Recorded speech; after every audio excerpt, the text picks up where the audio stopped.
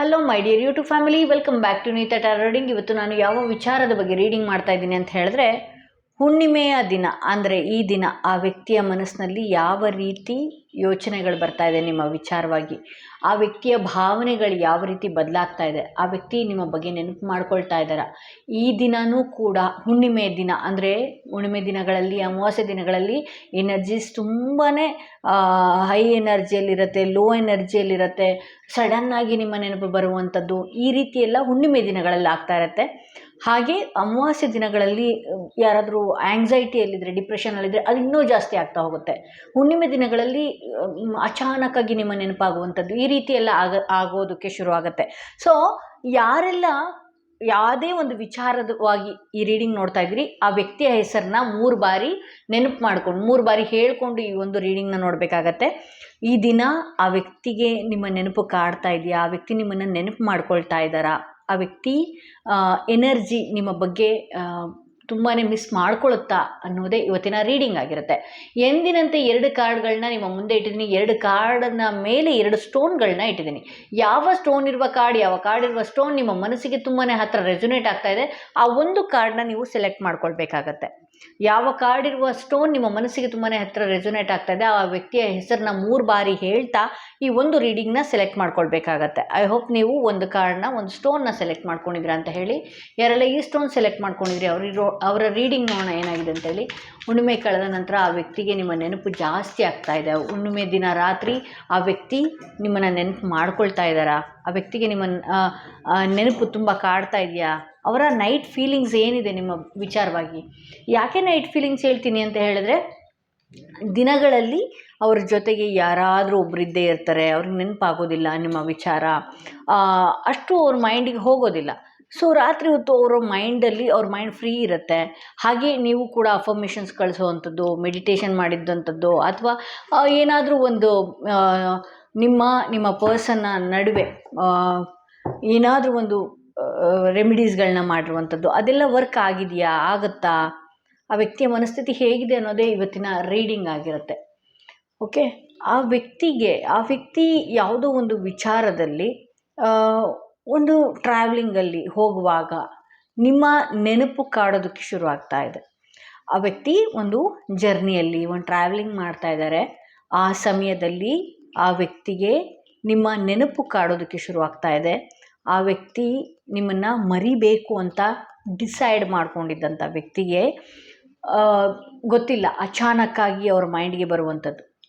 ಆ ವ್ಯಕ್ತಿಗೆ ಮೈಂಡ್ಗೆ ಬರ್ತಾ ಇದೆ ನಿಮ್ಮೊಟ್ಟಿಗೆ ಮಾತಾಡಬೇಕು, ನಿಮ್ಮೊಟ್ಟಿಗೆ ಇರಬೇಕು ಅಂತ ಹೇಳಿ. ಆಬ್ವಿಯಸ್ಲಿ ಇದು ನಿಮ್ಮ ವ್ಯಕ್ತಿಯ ಎನರ್ಜಿನ ನಾನು ನೋಡ್ತಾ ಇರೋದು ಇಲ್ಲಿ ಆ ವ್ಯಕ್ತಿಗೆ 2 ರೀತಿಯ ಗೊಂದಲ ಆಗ್ತಿದೆ. ಆ ಟ್ರಾವೆಲಿಂಗಲ್ಲೇ ಇರ್ಬೋದು, ಅವ್ರು ಯಾವುದೋ ಒಂದು ದೂರ ಹೋಗುವಾಗ, ಬಹುಶಃ ಅವರು ಒಂದು ಜಾಗದಿಂದ ಒಂದು ಜಾಗಕ್ಕೆ ಟ್ರಾವೆಲಿಂಗ್ ಮಾಡುವಾಗಲೇ ಹೆಚ್ಚಾಗಿ ನಿಮ್ಮ ಬಗ್ಗೆ ನೆನಪು ಮಾಡ್ಕೊಳ್ತಾ ಇರೋದು ಕೂಡ ಇದೆ. ಈ ದಿನವೂ ಕೂಡ ಆ ವ್ಯಕ್ತಿ ಅವರ ಕೆಲಸದ ವಿಚಾರವಾಗಿರುವಾಗಲೂ ಕೂಡ ನಿಮ್ಮ ನೆನಪು ಅವ್ರಿಗೆ ಆಗಿದೆ. ಬಟ್ ಆದರೆ ಆ ವ್ಯಕ್ತಿಗೆ ಸರಿಯಾದ ನಿರ್ಧಾರಗಳು ತಗೊಳ್ಳೋದಕ್ಕೆ ಬರ್ತಾ ಇಲ್ಲ. ಆ ವ್ಯಕ್ತಿಗೆ ಒಂದಷ್ಟು ಗೊಂದಲಗಳು ಶುರುವಾಗ್ತಾ ಇದೆ. ಈ ಸಂಬಂಧನ ನಾನು ಯಾವ ರೀತಿ ಹೋಗಲಿ, ಅಥವಾ ಇದನ್ನು ಮತ್ತೆ ರೀಕನೆಕ್ಟ್ ಮಾಡ್ಬೋದಾ, ಸಪೋಸ್ ಏನಾದರೂ ನಿಮ್ಮ ಇಬ್ಬರ ನಡುವೆ ಡಿಸ್ಕನೆಕ್ಟ್ ಏನಾದರೂ ಆಗಿದ್ದರೆ ರೀಕನೆಕ್ಟ್ ಆಗುತ್ತಾ, ಅಥವಾ ಇದನ್ನು ಹೇಗೆ ಮುಂದುವರಿಸೋದು, ಈ ರೀತಿ ಎಲ್ಲನೂ ಕೂಡ ಆ ವ್ಯಕ್ತಿಗೆ ಮಾನಸಿಕವಾಗಿ ನೋವಾಗಿದೆ. ಹಾಗೆ ಈ ಹಿಂದೆ ಈ ವ್ಯಕ್ತಿ ನಿಮಗೆ ತುಂಬ ಅವಮಾನಿಸಿದ್ದು ಕೂಡ ಇದೆ. ಇಲ್ಲಿ ಸ್ವಾರ್ಡ್ಸ್ ಬಂದಿರೋದ್ರಿಂದ ಅವರಿಂದ ನಿಮಗೆ ತುಂಬ ಅವಮಾನ ಆಗಿದ್ದು, ಇಗ್ನೋರ್ ಆಗಿರೋದು, ನಿಮ್ಮನ್ನು ತುಂಬಾ ಅವಾಯ್ಡ್ ಮಾಡೋಂಥದ್ದು, ಈ ರೀತಿ ಎಲ್ಲ ಅವರು ಮಾಡಿದ್ದಾರೆ. ಸೊ ಹಾಗಾಗಿ ಈ ವ್ಯಕ್ತಿಯ ಮನಸ್ಸಿನಲ್ಲಿ ಈಗ ಈ ಹುಣ್ಣಿಮೆ ದಿನದಿಂದ ಅವರ ಮೈಂಡ್ನಲ್ಲಿ ಒಂದು ವಿಚಾರ ಓಡ್ತಾ ಇದೆ. ಯಾವುದೋ ಒಂದು ವಿಚಾರ ಇರ್ಬೋದು, ನಿಮ್ಮಿಂದ ಯಾವುದೋ ಒಂದು ಒಳ್ಳೆಯ ಕೆಲಸಗಳಾಗಿರುವಂಥದ್ದು, ಯೋಚನೆಗಳು ಶುರುವಾಗ್ತಾ ಇರುವಂಥದ್ದು, ಹೊಸ ಭಾವನೆಗಳು ನಿಮ್ಮ ಮೇಲೆ ಶುರುವಾಗಿರುವಂಥದ್ದು. ಈ ಹಳೆಯ ವ್ಯಕ್ತಿ ಏನಿದ್ದಾರೆ, ಯಾವ ವ್ಯಕ್ತಿ ವಿಚಾರವಾಗಿ ಈ ರೀಡಿಂಗ್ ನೋಡ್ತಾ ಇದ್ರಲ್ಲ, ಆ ವ್ಯಕ್ತಿ ಈ ಹಿಂದೆ ನಿಮ್ಮನ್ನು ಅಷ್ಟಾಗಿ ಮಿಸ್ ಮಾಡ್ಕೊಳ್ತಾ ಇರಲಿಲ್ಲ, ಅಷ್ಟಾಗಿ ನಿಮ್ಮ ಬಗ್ಗೆ ಯೋಚನೆ ಮಾಡ್ತಾ ಇರಲಿಲ್ಲ, ಅಷ್ಟಾಗಿ ನಿಮ್ಮ ಬಗ್ಗೆ ಥಿಂಕ್ ಮಾಡ್ತಾ ಇರಲಿಲ್ಲ. ಬಿಕಾಸ್ ನೀವು ಅವ್ರನ್ನ ಪದೇ ಪದೇ ಕಾಲ್ ಮಾಡುವಂಥದ್ದು, ಮೆಸೇಜ್ ಮಾಡುವಂಥದ್ದು, ಪದೇ ಪದೇ ನಾನಿದ್ದೀನಿ ಅಂತ ನನ್ನ ಪ್ರೆಸೆನ್ಸ್ನ ನೀವು ತೋರಿಸ್ಕೊಳ್ತಾ ಇದ್ರಿ. ಈಗ ಆ ವ್ಯಕ್ತಿ ಏನು ಮಾಡಿದ್ದಾರೆ, ಆ ವ್ಯಕ್ತಿಗೆ ನೀವೇನು ಮಾಡಿದಿರಿ, ಫುಲ್ ಸ್ಟಾಪ್ ಮಾಡಿದಿರಿ. ಮತ್ತೆ ಕಾಲ್ ಮಾಡೋದಕ್ಕೆ ಹೋಗ್ತಾ ಇಲ್ಲ, ಮೆಸೇಜ್ ಮಾಡೋದಕ್ಕೆ ಹೋಗ್ತಾ ಇಲ್ಲ. ಈಗೇನಾಗ್ತಾ ಇದೆ, ಮತ್ತೆ ಅವ್ರಿಗೆ ಹಳೆಯ ನೆನಪುಗಳು ಕಾಡೋದಕ್ಕೆ ಶುರು ಆಗ್ತಾ ಇದೆ. ನಿಮ್ಮ ಬಗ್ಗೆ ಈ ಹಿಂದೆ ಇರದೇ ಇರೋದಕ್ಕಿಂತ ಹೆಚ್ಚಾಗಿ ಈಗ ಆ ವ್ಯಕ್ತಿಗೆ ನಿಮ್ಮ ಬಗ್ಗೆ ತುಂಬಾ ಯೋಚನೆ ಬರೋದಕ್ಕೆ ಶುರು ಆಗ್ತಾ ಇದೆ. ಆ ವ್ಯಕ್ತಿಗೆ ಗೊತ್ತಿಲ್ಲ, ಅಚಾನಕ್ಕಾಗಿ ಈ ರೀಡಿಂಗ್ ನೋಡ್ತಾ ಇರ್ಬೋದು. ನೀವು ಈ ರೀಡಿಂಗ್ ನೋಡ್ತಾ ನೋಡ್ತಾ ಆ ವ್ಯಕ್ತಿಯ ಮೈಂಡ್ನಲ್ಲೂ ಕೂಡ ನಿಮಗೇನು ಇಲ್ಲಿ ಉತ್ತರ ಸಿಗ್ತಾ ಇದೆ, ಆ ವ್ಯಕ್ತಿಯ ಮೈಂಡ್ನಲ್ಲೂ ಕೂಡ ಆ ಎನರ್ಜಿ ಪಾಸ್ ಆಗ್ತಾ ಇದೆ. ಅವ್ರನ್ನ ನೆನಪು ಮಾಡ್ಕೊಳ್ತಾ ಇದ್ದಾರೆ ಅಂತ ಹೋಗ್ತಾ ಇದ್ದಂಗೆ ಅವ್ರಿಗೇನಾಗ್ತಾ ಇದೆ, ನಿಮ್ಮ ಅಫರ್ಮೇಷನ್ ಅವ್ರಿಗೆ ತಲುಪ್ತಾ ಇದೆ, ಅವ್ರಿಗೆ ರೀಚ್ ಆಗ್ತಾ ಇದೆ. ನೀವೇನು ಥಿಂಕ್ ಮಾಡ್ತಾ ಇದ್ರಿ ಅವ್ರಿಗೆ ಹೋಗ್ತಾ ಆಗ್ತಾ ಇದೆ. ಅದು ಅವ್ರು ಬಂದೇ ಬರ್ತಾರಾ ಅಂತ ನೀವು ಥಿಂಕ್ ಮಾಡಿದ್ರು ಕೂಡ ನಾನು ಹೋಗಬೇಕು ಆಕೆ ಹತ್ರ, ಅವನ ಹತ್ರ ಅನ್ನುವ ರೀತಿಯಲ್ಲಿ ಆ ವ್ಯಕ್ತಿಗೆ ರೀಚ್ ಆಗ್ತಾ ಇದೆ. ಇಲ್ಲಿ ಸನ್ ಕಾರ್ಡ್ ಬಂದಿರೋದ್ರಿಂದ ಅತಿ ಶೀಘ್ರದಲ್ಲಿ ಆ ವ್ಯಕ್ತಿಯೊಟ್ಟಿಗೆ ನೀವೇನಾದರೂ ದೂರ ಇದ್ದರೆ, ಮಾತಾಡದೇ ಇದ್ದರೆ, ಆ ವ್ಯಕ್ತಿ ತುಂಬಾ ದೂರ ನಿಮ್ಮಿಂದ ಹೋಗಿದ್ರೆ, ಆ ವ್ಯಕ್ತಿ ಅಚಾನಕ್ಕಾಗಿ ನಿಮ್ಮ ಕಣ್ಮುಂದೆ ಕಾಣಿಸ್ಕೊಳ್ಳುವಂಥದ್ದು, ಆ ವ್ಯಕ್ತಿಯ ಕಾಲ್ ಬರುವಂಥದ್ದು, ಆ ವ್ಯಕ್ತಿಯ ಮೆಸೇಜ್ ಬರುವಂಥದ್ದು, ಆ ವ್ಯಕ್ತಿ ನಿಮ್ಮನ್ನು ಇದಕ್ಕಿದ್ದ ಹಾಗೆ ನಿಮ್ಮನ್ನು ಎಲ್ಲೋ ಪ್ರೊಫೈಲ್ ತೆಗೆದು ನೋಡುವಂಥದ್ದು, ಅಚಾನಕ್ಕಾಗಿ ನಿಮ್ಮ ಬಗ್ಗೆ ಒಂದು ಒಳ್ಳೆಯ ಭಾವನೆ ಮೂಡುವಂಥದ್ದು. ಹಾಗೆ ಇಲ್ಲಿ ಯಾವುದಾದ್ರೂ ಒಂದು ಕೆಟ್ಟ ಸನ್ನಿವೇಶದಿಂದ ಯಾರಾದರೂ ಮೂರನೇ ವ್ಯಕ್ತಿಗಳ ಕಡೆಯಿಂದ, ಅದು ಯಾರೇ ಆಗಿರ್ಬೋದು ಆಯಿತಾ, ಮೂರನೇ ವ್ಯಕ್ತಿ ಅಂದ ತಕ್ಷಣ ಹುಡುಗ ಹುಡುಗಿ ಅದೇ ರೀತಿ ಅಲ್ಲ, ನಿಮ್ಮನ್ನು ದೂರ ಮಾಡಬೇಕು ಅಂತ ಯಾವುದೇ ವ್ಯಕ್ತಿ ಬಂದು ನಿಮ್ಮನ್ನು ಏನಾದರೂ ದೂರ ಮಾಡಿದರೆ ಆ ವ್ಯಕ್ತಿಯ ನಿಜ ರೂಪನ ಈ ವ್ಯಕ್ತಿಗೆ ಅರಿವಾಗತ್ತೆ ಅಂತ ಹೇಳ್ಬೋದು. ಇಲ್ಲಿ ಸನ್ ಕಾರ್ಡ್ ಬಂದಿರೋದ್ರಿಂದ ಈ ವ್ಯಕ್ತಿ ನಿಮ್ಮನ್ನು ಎಲ್ಲ ಕಡೆ ಸರ್ಚ್ ಮಾಡುವಂಥದ್ದು, ಎಲ್ಲಿ ನೀವು ಆನ್ಲೈನ್ ಇರ್ತೀರಿ, ಆಫ್ಲೈನ್ ಇರ್ತೀರಿ, ಅಥವಾ ನಿಮ್ಮ ಬಗ್ಗೆ ತಿಳ್ಕೊಳ್ಳುವಂಥದ್ದು, ನಿಮ್ಮ ವ್ಯಕ್ತಿತ್ವದ ಬಗ್ಗೆ ತಿಳ್ಕೊಳ್ಳುವಂಥದ್ದು, ಈ ರೀತಿ ಇದೆ. ಹಾಗೆ ಈ ವ್ಯಕ್ತಿ ಯೋಚನೆ ಕೂಡ ಮಾಡ್ತಾರೆ, ನಾನು ಒಂದು ಕ್ಲಿಯರಾಗಿ ಕಮ್ಯುನಿಕೇಟ್ ಮಾಡಲಾ, ನಾನು ಮಾತಾಡಲಾ, ನಾವು ಯಾವುದಾದ್ರೂ ಒಂದು ವಿಚಾರ ಇಟ್ಕೊಂಡು ಮಾತಾಡುವ ರೀತಿ ಶುರು ಮಾಡ್ಬೋದಾ, ಒಂದು ಸಲ ನಾನು ಈ ಸಂಬಂಧದಲ್ಲಿ ಮಾತಾಡಿದರೆ ಸರಿ ಇರ್ತಿತ್ತೇನೋ, ಈ ರೀತಿಯೆಲ್ಲ ಈ ವ್ಯಕ್ತಿ ಮೈಂಡ್ನಲ್ಲಿ ತುಂಬ ಕಳವಳ ಶುರುವಾಗ್ತಾ ಇದೆ. ನಾನು ಹಾಗೆ ಇನ್ನೊಂದಷ್ಟು ಮೆಸೇಜ್ಗಳನ್ನ ತೆಗಿತೀನಿ. ಈ ವ್ಯಕ್ತಿ ಇಂದು ಈ ರೀಡಿಂಗ್ ನೋಡಿದ ಕೂಡಲೇ ಏನೇನು ನೋಡ್ತಾ ಇದೆ, ಈ ವ್ಯಕ್ತಿ ಮೈಂಡ್ನಲ್ಲಿ ಏನು ನೋಡ್ತಾ ಇದೆ, ಈ ವ್ಯಕ್ತಿ ಮನಸ್ಸಿನಲ್ಲಿ ಏನು ನೋಡ್ತಾ ಇದೆ. ಇಲ್ಲಿ ಬರ್ನಿಂಗ್ ಟವರ್ ಬಂದಿದೆ. ಈ ಹಿಂದೆ ತುಂಬ ದೊಡ್ಡ ನೋವು, ಒಂದು ಕಹಿಯ ನೋವು, ಮನಸ್ಸಿಗೆ ನೋವಾಗಿ ಹೋದಂತಹ ಒಂದು ದೊಡ್ಡ ತಿರುವು. ಫಾರ್ ಎಕ್ಸಾಂಪಲ್, ನಿಮ್ಮ ಸಂಬಂಧ ಯಾವುದೋ ಒಂದು ದೊಡ್ಡ ಒಂದು ಮದುವೆ ಲೆಕ್ಕಕ್ಕೆ ಹೋಗಬೇಕಾಗಿತ್ತು, ಅಥವಾ ಜೀವನ ಪರ್ಯಂತ ಇರಬೇಕು ಅಂತ ಹೋಗಿದ್ದು, ಅಥವಾ ಈ ಸಂಬಂಧ ತುಂಬ ಚೆನ್ನಾಗಿ ಇಟ್ಕೊಳ್ಬೇಕು ಅಂತ ಹೋಗಿದ್ದಿರಬಹುದು, ಏನೇ ಇರ್ಬೋದು. ಅಚಾನಕ್ಕಾಗಿ ಆ ವ್ಯಕ್ತಿ ಚೇಂಜ್ ಆಗಿದ್ದು, ಆ ವ್ಯಕ್ತಿ ಯಾವ ರೀತಿ ಅಚಾನಕ್ಕಾಗಿ ಈ ಹಿಂದೆ ಚೇಂಜ್ ಆಗಿದ್ರು, ಇಲ್ಲಿ ಮುಂದೆ ಕೂಡ ಆ ವ್ಯಕ್ತಿ ಒಂದು ನೋವಿನ ತಿರುವು ಏನಿದೆ ಸಿಹಿಯಾಗೇ ಇದೆ ಅಂತ ಹೇಳ್ಬೋದು.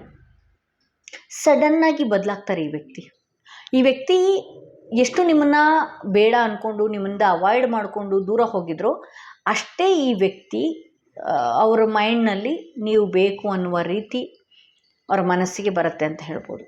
ನೀವು ಬೇಕು, ನಿಮ್ಮನ್ನು ತುಂಬ ಮಿಸ್ ಮಾಡ್ಕೊಳ್ಳುವಂಥದ್ದು, ಸಡನ್ನಾಗಿ ಮನಸ್ಸು ಬದಲಾಗ್ತಾ ಇದೆ.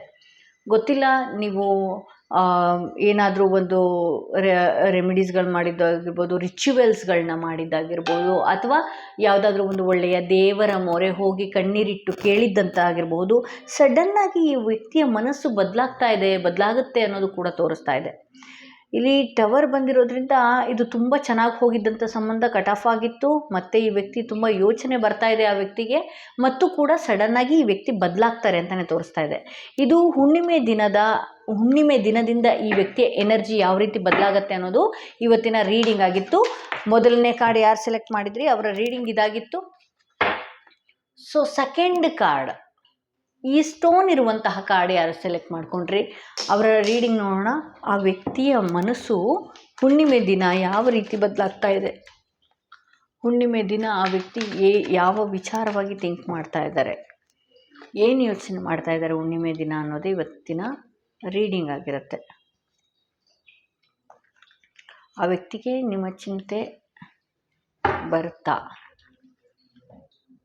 ಓಕೆ, ಇಲ್ಲಿ ಡೆವಿಲ್ ಕಾರ್ಡ್ ಬಂದಿದೆ. ಇಲ್ಲಿ ನಿಮ್ಮನ್ನು ನೀವು ಒಂದಾಗದೇ ಇರುವ ರೀತಿ ಯಾವುದೋ ಒಂದು ಕೆಟ್ಟ ಕಣ್ಣು ನಿಮ್ಮನ್ನು ಹಿಡಿದಿಟ್ಕೊಂಡಿದೆ. ಅಲ್ಲಿ ಥರ್ಡ್ ಪಾರ್ಟಿ ಸಿಚುವೇಶನ್ ಇರಬಹುದು, ಅಥವಾ ಯಾರೋ ಒಬ್ಬ ವ್ಯಕ್ತಿ ನಿಮ್ಮ ಮಧ್ಯದಲ್ಲಿ ಎಂಟ್ರಿ ಕೊಟ್ಟಿರಬಹುದು.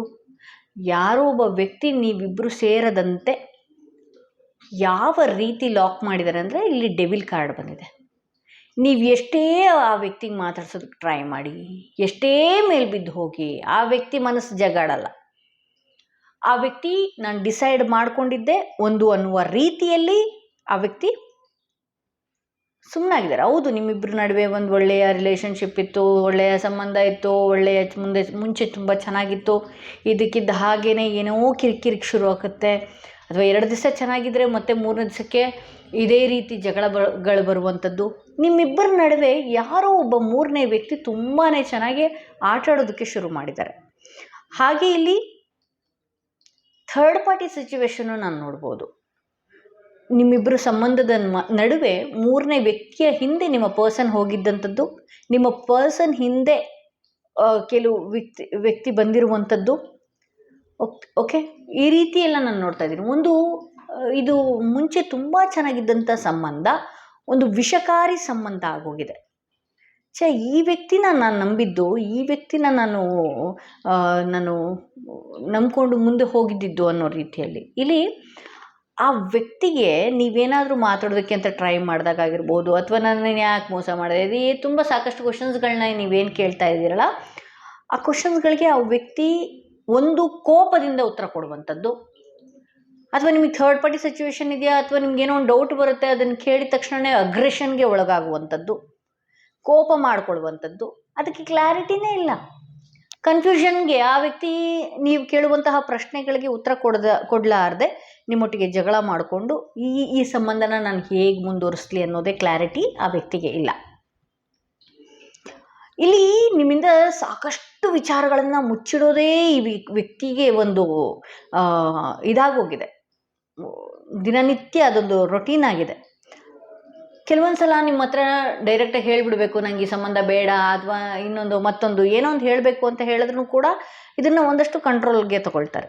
ಇಲ್ಲಿ ಹುಣ್ಣಿಮೆ ಕಳೆದ ನಂತರ ಆ ವ್ಯಕ್ತಿಯ ಎನರ್ಜಿ ಏನಾದರೂ ಬದಲಾಗಿದೆಯಾ ಅಂತ ನೋಡೋಕ್ಕೆ ಹೋದರೆ ನಿಮ್ಮ ನಡುವೆ ಆ ವ್ಯಕ್ತಿ ಮನಸ್ಸು ಬಾರದಂತೆ ಯಾವುದೋ ಒಂದು 3ನೇಯ ಶಕ್ತಿ, ಕೆಟ್ಟ ಶಕ್ತಿ ತಡೆದಿಟ್ಟಿದೆ ಅಂತ ಹೇಳಿ ತೋರಿಸ್ತಾ ಇದೆ. ಅದಕ್ಕೆ ನಿಮ್ಮ ಅಫರ್ಮೇಷನ್ಸ್ಗಳು, ಮೆಡಿಟೇಷನ್ಸ್ಗಳು, ರಿಚುವಲ್ಸ್ಗಳು ವರ್ಕ್ ಆಗಿಲ್ಲ ಇನ್ನೋವರೆಗೂ.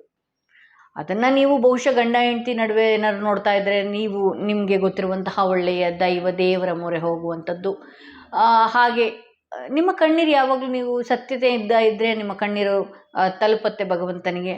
ಇವತ್ತಲ್ಲ ನಾಳೆ ಅದು ಸರಿ ಹೋಗುತ್ತೆ ಅಂತ ಹೇಳಬಹುದು. ಯಾಕೆ ಈ ಮಾತನ್ನ ಮತ್ತೆ ಹೇಳ್ತಾ ಇದ್ದೀನಿ ಅಂದರೆ, ಇಲ್ಲಿ 9 ಆಫ್ ಪೆಂಟಿಕಲ್ಸ್ ಬಂದಿರೋದ್ರಿಂದ ಒಂದಷ್ಟು ತಾಳ್ಮೆಯಿಂದ ಇರಿ, ಒಂದಷ್ಟು ಆ ವ್ಯಕ್ತಿನ ಬಿಟ್ಕೊಟ್ಬಿಡಿ, ಸೈಲೆಂಟಾಗಿರಿ.